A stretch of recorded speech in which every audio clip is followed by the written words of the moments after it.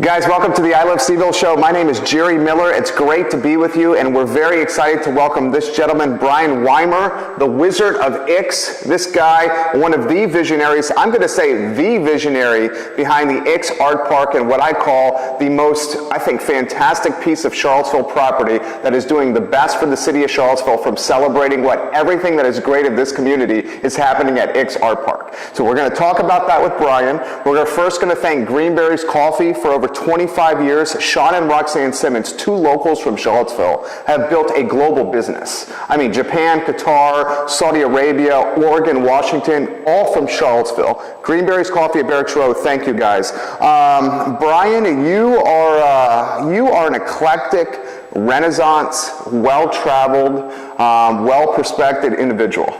Yeah, I think that's you're very creative and you're doing amazing things at Ix. We'll talk about Ix in the next segment. Let's talk about how you got to Charlottesville in the first place, sir. I used to be a corporate ad guy in New York City, and in a very short time, I don't know, at the end of it, at the age of about 26, I was creative director on Citibank, and I went out for drinks with one of their execs, and they told me some things that it was sort of like understanding how the sausage is made and about how their money is made, and I quit the next day. Get out of town. So at 26, creative director, you're having success, you're doing on paper what you're supposed to do. It's a very competitive dog-eat-dog world in New York. My brother worked for Ogilvy, so for you to get to that point, you're a badass. I thought very highly of myself. I mean, but I think that the pampered creatives in advertising kind of get into this place. But you start to realize, you're saying their shit don't stink, is what they think. Well, there's that element, but you don't have any accountability for your actions. The things that I was creating, and I did Taco Bell, I worked on Coke, I worked on Marines, I worked on just about every bank you can think of, pharmaceuticals, and you start to realize that the things that you're putting out there are repeated millions and millions of times to millions and millions of people. And if you don't have responsibility for those creations, you say, well, they just told me to send this message out. And you find that if that message is wrong, and you're responsible for those words, but if they're like, hey, you're a young person, here's money, here's fun, here's whatever, just keep doing it, then when do you kind of have your own come to Jesus moment of like, what am I doing? And it might be, I had a corner office, I was making good 6 figures, living the New York dream, and I was empty, and I was not happy with what I was doing. So at that point, you say, well, I'm among other creatives who could be writers, could be musicians, but they've all chosen this path because it's easy money. It's commercial, yeah. And it's hard. It's hard to be a creative and make money. Yes. I mean, if you're a creative and making money, you're probably in advertising or marketing. Exactly. And I'm speaking from, Right. So, and I think that there can be good marketing and there are good companies to support. So after I left New York, and I had a little stint of about 6 months in Southeast Asia, traveled around for a while, then traveled across the United States for 2 months in a Volkswagen van. By yourself? Then with my then fiance, now wife. Wow. And we went everywhere from Washington State, Florida, and in between, and had lots of adventures. If you could do 2 months in a van with your soon-to-be wife, you know that's the woman you're supposed to be with. I know, and another 6 months in Asia, actually. Wow. I proposed to her on a camel trek in India. Cool. So it's a nice, place to say, I think we can maybe, make a go of this. So, but we were crossing through the Blue Ridge in springtime, and it was red buds and dogwoods, and it just looked beautiful. And actually, we were looking for land, so I did the opposite. I bought 25 acres in Ruckersville and lived on a farm. We rechinked an old log house, and I grew seeds for a tomato company for a while. And so you went in complete opposite New York City life. Yes. But I kept on coming down to Charlottesville for its culture.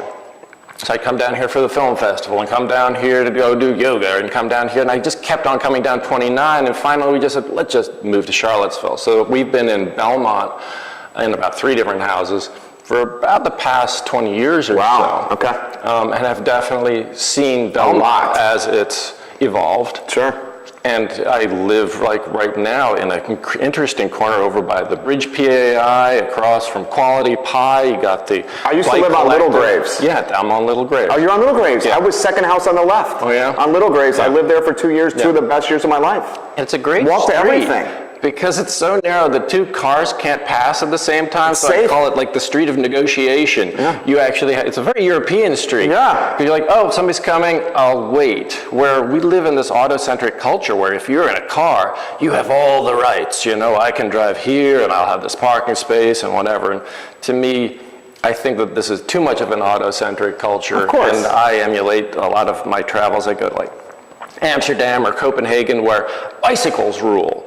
And I keep on coming back here and being like, why can't we do that? And I know that there are certain reasons why, but I've seen what it can be.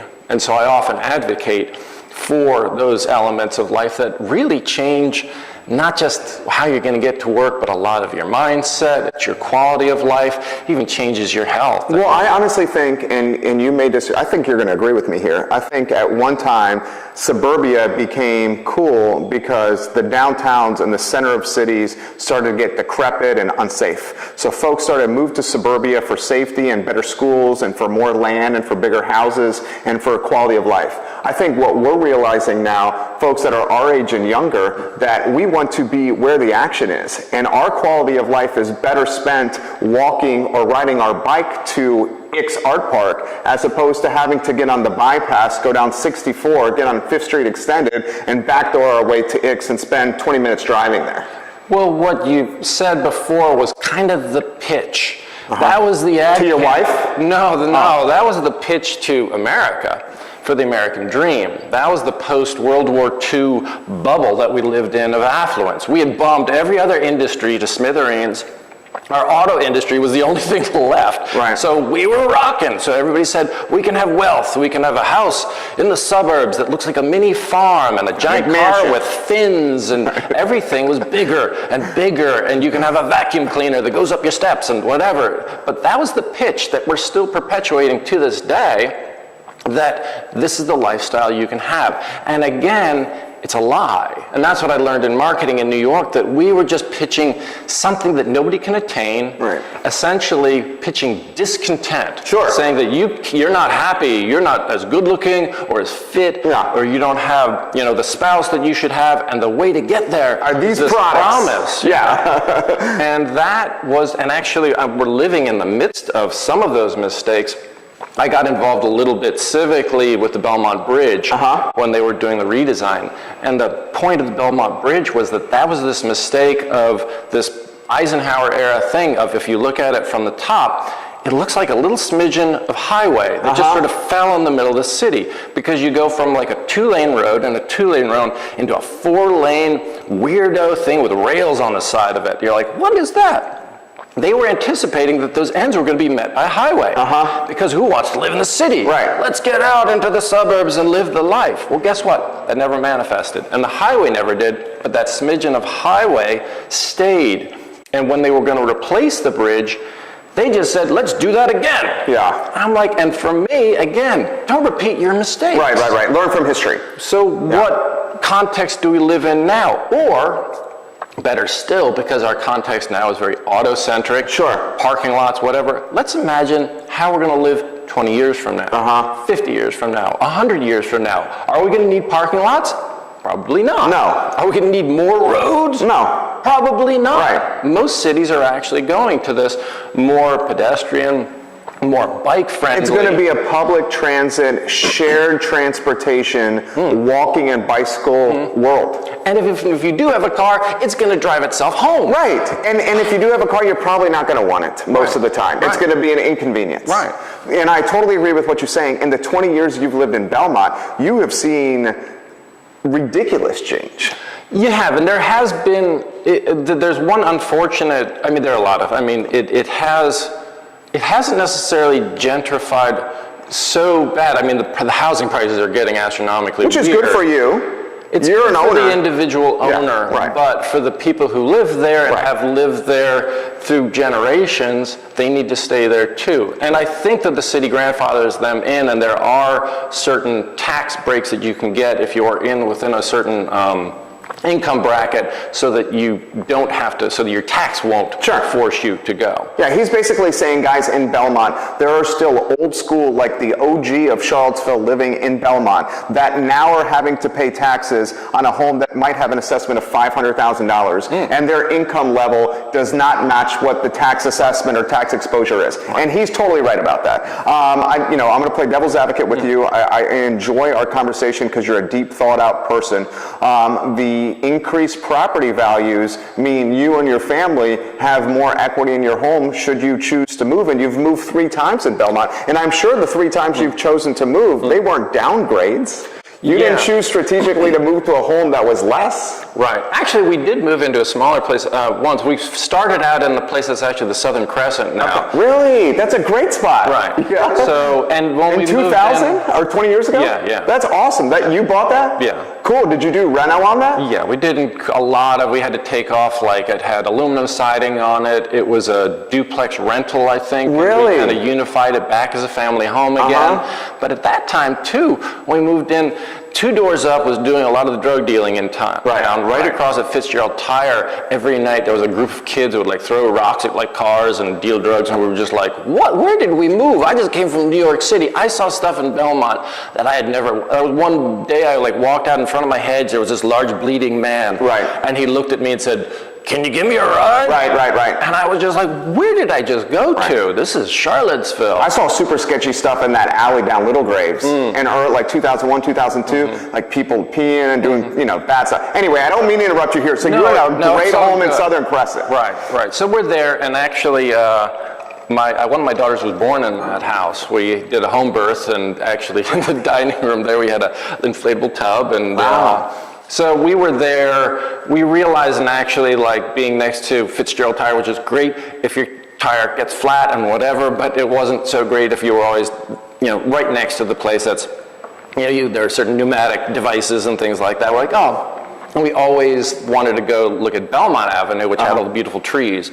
Well, I'd say maybe the nicest one in Belmont, I think. Yeah, it's beautiful. So we moved there to actually a smaller house, and actually that street mandala that's painted there, we did. You did that? Yeah. Get out! I love that street medallion. Well, so what happened is we went to Portland and we were visiting some things, and they really changed a lot of the intersections there by painting them, and it sort of brought it back from the auto culture and said, no, this belongs to us. And then they put a little library on a corner and a little tea stand, and all of a sudden they created community in what was just an intersection for traffic. And also they found that it slowed traffic. So we did it. It took us about 4 times to get it. And the city let us do it. The first 2 times we had to do it in tempera paint. So are you going through Jim Tolbert at this time? Yeah. Through a neighborhood, he's not there anymore. He's not there anymore. Yeah. But they were first kind of begrudging, like, oh, okay. Of course they were. We did it in temporary paint and it washed away, and we did it again and it washed away. But they did enough tests to say that it did slow traffic.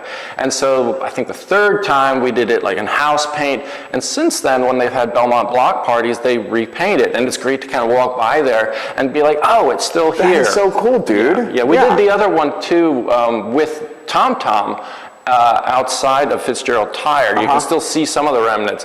There was too much traffic there, so that one got worn away really quickly. But it was one of the first kind of experiments in let's see how art, even just painting, and when I say art, when we had to like show ideas of what we wanted to do, was like sunflower. You had to get approval. You can't just say I'm doing a blue circle with art. You had to get approval to design. At that time, you had to get like signatures from everybody in like a 3-block radius, and all sorts of it was kind of crazy. But we ended up with something that could be repeated and that everybody kind of liked. Right. So it definitely made Belmont better. And every time I go down Belmont Avenue, in fact, I looked at the yellow house that was on Belmont Avenue.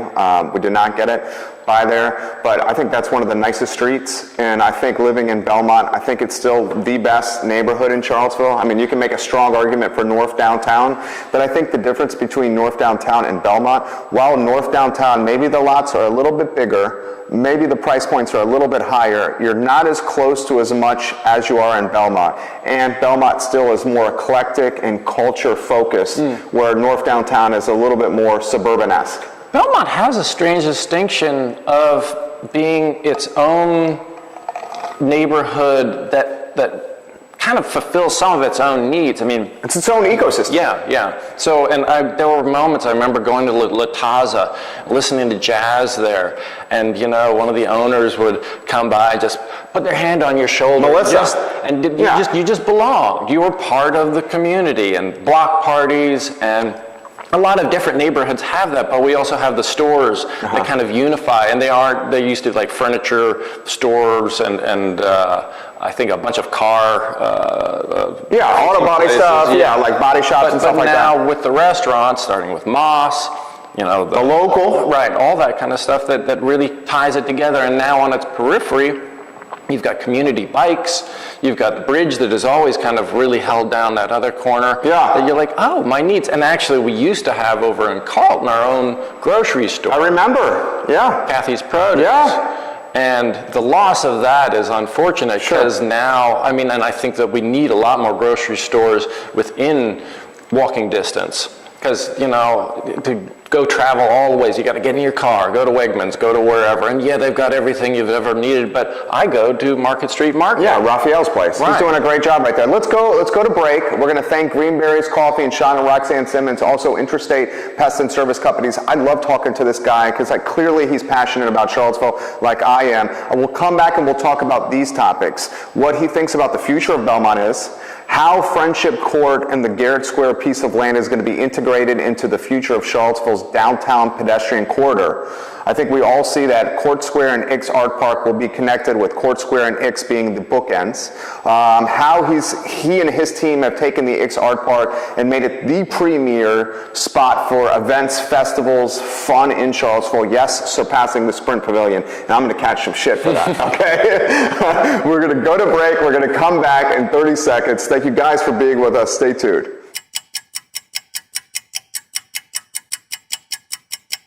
Interstate Pest and Service Companies have proudly served Charlottesville and Central Virginia since 1969. Our grandfather started Interstate Pest Control with one truck. Today, Interstate is your pest control, mold remediation, and home renovation specialist. That's right, guys. Interstate will get the ants, mice, stink bugs, termites, bed bugs, and mold out of your house, apartment, or office space. There's no job too small for Interstate. That's right, Daddy. Interstate is a home's best friend.